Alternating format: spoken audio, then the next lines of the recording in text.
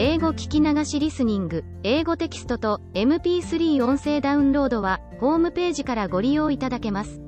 88thpp.com 88thpp.com Jack and the Beanstalk. A long, long time ago, when most of the world was young and folk did what they liked because all things were good, there lived a boy called Jack. His father was bedridden, and his mother, a good soul, was busy early morns and late eyes planning and placing how to support her sick husband and her young son by selling the milk and butter which Milky White, the beautiful cow, gave them without stint. For it was summertime. But winter came on, the herbs of the fields took refuge from the frost in the warm earth, and though his mother sent Jack to gather what fodder he could get in the hedgerows, he came back as often as not with a very empty sack, for Jack's eyes were so often full of wonder at all the things he saw that sometimes he forgot to work. So it came to pass that one morning Milky White gave no milk at all, not one drain. Then the good hard-working mother threw her apron over her head and sobbed. "What shall we do? What shall we do?" Now Jack loved his mother, besides, he felt just a bit sneaky at being such a big boy and doing so little to help, so he said, "Cheer up. Cheer up. I'll go and get work somewhere." And he felt as he spoke as if he would work his fingers to the bone, but the good woman shook her head mournfully. "You've tried that before, Jack," she said, "and nobody would keep you. You are quite a good lad, but your wits go a wool gathering. No, we must sell Milky White and live on the money. It is no use crying over milk that is not here to spill." You see, she was a wise as well as a hard-working woman, and Jack's spirits rose. "Just so," he cried. "We will sell Milky White and be richer than ever. It's an ill wind that blows no one good. So, as it is market day, I'll just take her there and we shall see what we shall see." "But," began his mother. "But doesn't butter parsnips," laughed Jack. "Trust me to make a good bargain." So, as it was washing day, and her sick husband was more ailing than usual, his mother let Jack set off to sell the cow. "Not less than 10 pounds, she bawled after him as he turned the corner. 10 pounds, indeed. Jack had made up his mind to 20. 20 solid golden sovereigns. He was just settling what he should buy his mother as a faring out of the money, when he saw a queer little old man on the road who called out, "Good morning, Jack." "Good morning," replied Jack, with a polite bow, wondering how the queer little old man happened to know his name, though, to be sure, Jack's were as plentiful as blackberries. "And where may you be going?" asked the queer little old man. Jack wondered again. He was always wondering, you know, what the queer little old man had to do with it, but, being always polite, he replied, "I am going to market to sell Milky White, and I mean to make a good bargain." "So you will. So you will," chuckled the queer little old man. "You look the sort of chap for it. I bet you know how many beans make 5? 2 in each hand and 1 in my mouth," answered Jack readily. He really was sharp as a needle. Just so," chuckled the queer little old man, and as he spoke he drew out of his pocket 5 beans. "Well, here they are, so give us Milky White." Jack was so flabbergasted that he stood with his mouth open as if he expected the 5th bean to fly into it. "What?" he said at last. "My Milky White for 5 common beans. Not if I know it." "But they aren't common beans," put in the queer little old man, and there was a queer little smile on his queer little face. "If you plant these beans overnight, by morning they will have grown up right into the very sky." Jack was too flabbergasted this time even to open his mouth. His eyes opened instead. "Did you say right into the very sky?" he asked at last, for, see you, Jack had wondered more about the sky than about anything else. "Right up into the very sky," repeated the queer old man, with a nod between each word. "It's a good bargain, Jack, and, as fair play's a jewel, if they don't, why, meet me here tomorrow morning and you shall have Milky White back again. Will that please you?" "Right as a trivet," cried Jack, without stopping to think, and the next moment he found himself standing on an empty road. 2 in each hand and 1 in my mouth," repeated Jack. "That is what I said, and what I'll do. Everything in order, and if what the queer little old man said isn't true, I shall get Milky White back tomorrow morning." So whistling and munching the bean he trudged home cheerfully, wondering what the sky would be like if he ever got there. "What a long time you've been!" exclaimed his mother, who was watching anxiously for him at the gate. "It is past sunsetting, but I see you have sold Milky White. Tell me quick how much you got for her." "You'll never guess," began Jack. "Laws a mercy. You don't say so," interrupted the good woman. "And I wording all day lest they should take you in. What was it? 10 pounds, 15, sure it can't be 20. Jack held out the beans triumphantly. "There," he said. "That's what I got for her, and a jolly good bargain too."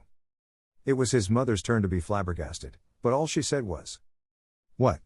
Them beans?" "Yes," replied Jack, beginning to doubt his own wisdom, "but they're magic beans. If you plant them overnight, by morning they grow right up into the sky." "Oh. Please don't hit so hard." For Jack's mother for once had lost her temper, and was belaboring the boy for all she was worth. And when she had finished scolding and beating, she flung the miserable beans out of window and sent him, supperless, to bed. If this was the magical effect of the beans, thought Jack ruefully, he didn't want any more magic, if you please. However, being healthy and, as a rule, happy, he soon fell asleep and slept like a top. When he woke he thought at first it was moonlight, for everything in the room showed greenish. Then he stared at the little window. It was covered as if with a curtain by leaves. He was out of bed in a trice, and the next moment, without waiting to dress, was climbing up the biggest beanstalk you ever saw. For what the queer little old man had said was true. One of the beans which his mother had chucked into the garden had found soil, taken root, and grown in the night. Where? Up to the very sky? Jack meant to see at any rate. So he climbed, and he climbed, and he climbed. It was easy work, for the big beanstalk with the leaves growing out of each side was like a ladder, for all that he soon was out of breath. Then he got his second wind, and was just beginning to wonder if he had a third when he saw in front of him a wide, shining white road stretching away and away and away. So he took to walking, and he walked, and walked, and walked, till he came to a tall, shining white house with a wide white doorstep. And on the doorstep stood a great big woman with a black porridge pot in her hand. Now Jack, having had no supper, was hungry as a hunter, and when he saw the porridge pot he said quite politely, "Good morning, Em. I wonder if you could give me some breakfast?" "Breakfast?" echoed the woman, who, in truth, was an ogre's wife. "If it is breakfast you're wanting, it's breakfast you'll likely be, for I expect my man home every instant, and there is nothing he likes better for breakfast than a fat boy grilled on toast." Now Jack was not a bit of a coward, and when he wanted a thing he generally got it, so he said cheerful like, "I'd be fatter if I'd had my breakfast." Whereat the ogre's wife laughed and bade Jack come in, for she was not, really, half as bad as she looked. But he had hardly finished the great bowl of porridge and milk she gave him when the whole house began to tremble and quake. It was the ogre coming home. "Thump! Thump! Thump! Into the oven with you, sharp!" cried the ogre's wife, and the iron oven door was just closed when the ogre strode in. Jack could see him through the little peephole slide at the top where the steam came out. He was a big one for sure. He had 3 sheep strung to his belt, and these he threw down on the table. "Here, wife," he cried, "roast me these snippets for breakfast, they are all I've been able to get this morning, worse luck. I hope the oven's hot." And he went to touch the handle, while Jack burst out all of a sweat, wondering what would happen next. "Roast?" echoed the ogre's wife. "Pooh! The little things would dry to cinders. Better boil them." So she set to work to boil them, but the ogre began sniffing about the room. "They don't smell, mutton meat," he growled. Then he frowned horribly and began the real ogre's rhyme. "Fee-fi-fo-fum. I smell the blood of an Englishman. Be he alive, or be he dead. I'll grind his bones to make my bread." "Don't be silly," said his wife. "It's the bones of the little boy you had for supper that I'm boiling down for soup. Come, eat your breakfast, there's a good ogre." So the ogre ate his 3 sheep, and when he had done he went to a big oaken chest and took out 3 big bags of golden pieces. These he put on the table, and began to count their contents while his wife cleared away the breakfast things. And by his head began to nod, and at last he began to snore, and snored so loud that the whole house shook. Then Jack nipped out of the oven and, seizing one of the bags of gold, crept away, and ran along the straight, wide, shining white road as fast as his legs would carry him till he came to the beanstalk. He couldn't climb down it with the bag of gold, it was so heavy, so he just flung his burden down first, and, helter-skelter, climbed after it. And when he came to the bottom, there was his mother picking up gold pieces out of the garden as fast as she could, for, of course, the bag had burst. "Laws a mercy me," she says. "Wherever have you been? See. It's been raining gold." "No, it hasn't," began Jack. "I climbed up." Then he turned to look for the beanstalk, but, lo and behold, it wasn't there at all. So he knew, then, it was all real magic. After that they lived happily on the gold pieces for a long time, and the bedridden father got all sorts of nice things to eat, but, at last, A day came when Jack's mother showed a doleful face as she put a big yellow sovereign into Jack's hand and bade him be careful marketing, because there was not one more in the coffer. After that they must starve. That night Jack went supperless to bed of his own accord. If he couldn't make money, he thought, at any rate he could eat less money. It was a shame for a big boy to stuff himself and bring no grist to the mill. He slept like a top, as boys do when they don't overeat themselves, and when he woke, hey, presto! The whole room showed greenish, and there was a curtain of leaves over the window. Another bean had grown in the night, and Jack was up it like a lamplighter before you could say knife. This time he didn't take nearly so long climbing until he reached the straight, wide, white road, and in a trice he found himself before the tall white house, where on the wide white steps the ogre's wife was standing with the black porridge pot in her hand. And this time Jack was as bold as brass. "Good morning, Em," he said. "I've come to ask you for breakfast, for I had no supper, and I'm as hungry as a hunter." "Go away, bad boy," replied the ogre's wife. "Last time I gave a boy breakfast my man missed a whole bag of gold. I believe you are the same boy." "Maybe I am, maybe I'm not," said Jack, with a laugh. "I'll tell you true when I've had my breakfast, but not till then." So the ogre's wife, who was dreadfully curious, gave him a big bowl full of porridge, but before he had half finished it he heard the ogre coming. Thump! Thump! Thump! "In with you to the oven," shrieked the ogre's wife. "You shall tell me when he has gone to sleep." This time Jack saw through the steam peephole that the ogre had 3 fat calves strung to his belt. "Better luck today, wife," he cried, and his voice shook the house. "Quick! Roast these trifles for my breakfast. I hope the oven's hot." And he went to feel the handle of the door, but his wife cried out sharply. "Roast? Why, you'd have to wait hours before they were done. I'll broil them, see how bright the fire is." "Umph!" growled the ogre. And then he began sniffing and calling out. "Fee-fi-fo-fum. I smell the blood of an Englishman. Be he alive, or be he dead. I'll grind his bones to make my bread." "Twaddle," said the ogre's wife. "It's only the bones of the boy you had last week that I've put into the pig bucket." "Umph," said the ogre harshly, but he ate the broiled calves, and then he said to his wife, "Bring me my hen that lays the magic eggs. I want to see gold." So the ogre's wife brought him a great big black hen with a shiny red comb. She plumped it down on the table and took away the breakfast things. Then the ogre said to the hen, "Lay." And it promptly laid, what do you think? A beautiful, shiny, yellow, golden egg. "None so dusty, henny penny," laughed the ogre. "I shan't have to beg as long as I've got you." Then he said, "Lay."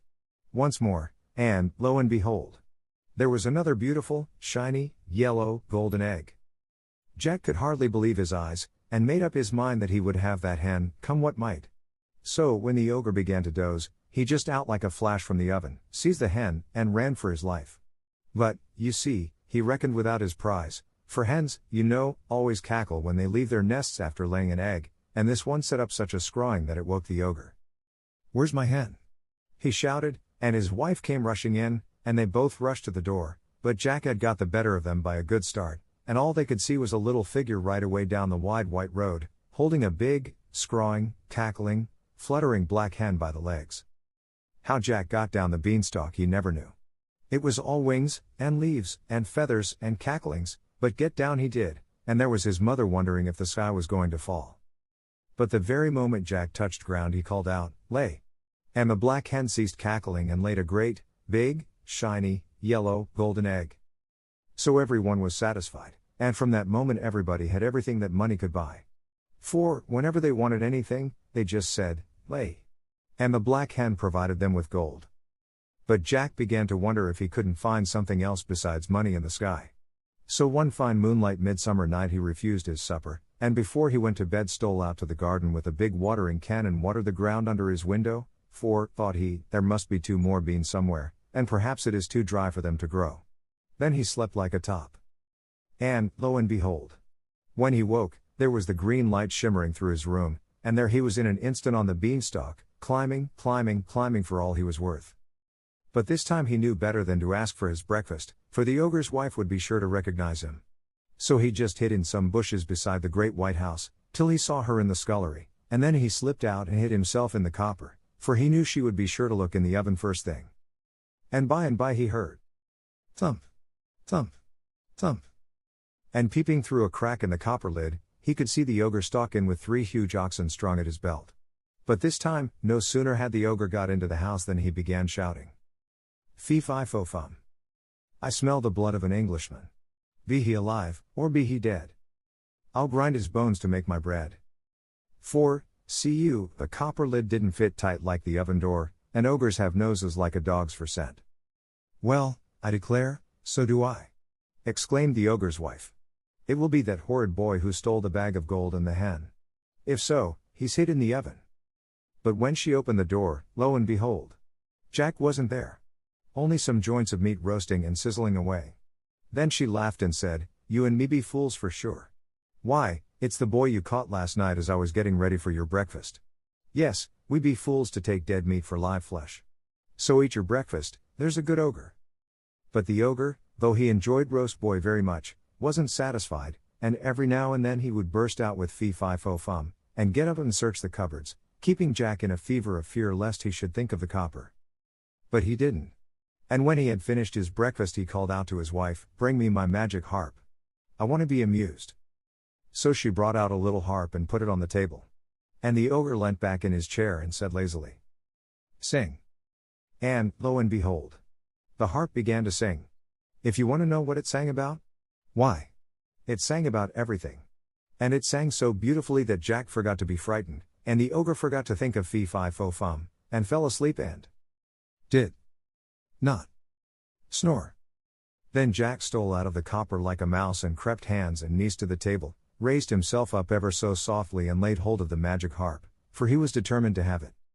But, no sooner had he touched it, than it cried out quite loud, Master! Master! So the ogre woke, saw Jack making off, and rushed after him. My goodness, it was a race. Jack was nimble, but the ogre's stride was twice as long. So, though Jack turned, and twisted, and doubled like a hare, yet at last, when he got to the beanstalk, the ogre was not a dozen yards behind him. There wasn't time to think, so Jack just flung himself onto the stalk and began to go down as fast as he could, while the harp kept calling, Master! Master! At the very top of its voice. He had only got down about a quarter of the way when there was the most awful lurch you can think of, and Jack nearly fell off the beanstalk. It was the ogre beginning to climb down, and his weight made the stalk sway like a tree in a storm. Then Jack knew it was life or death, and he climbed down faster and faster, and as he climbed he shouted, Mother! Mother! Bring an axe! Bring an axe! Now his mother, as luck would have it, was in the backyard chopping wood, and she ran out thinking that this time the sky must have fallen. Just at that moment Jack touched ground, and he flung down the harp, which immediately began to sing of all sorts of beautiful things, and he seized the axe and gave a great chop at the beanstalk, which shook and swayed and bent like barley before a breeze. Have a care!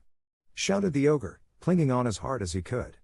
But Jack did have a care, and he dealt that beanstalk such a shrewd blow that the whole of it, ogre and all, came toppling down, and, of course, the ogre broke his crown, so that he died on the spot. 英語聞き流しリスニング、英語テキストと MP3 音声ダウンロードは、ホームページからご利用いただけます。88thpp.com、88thpp.com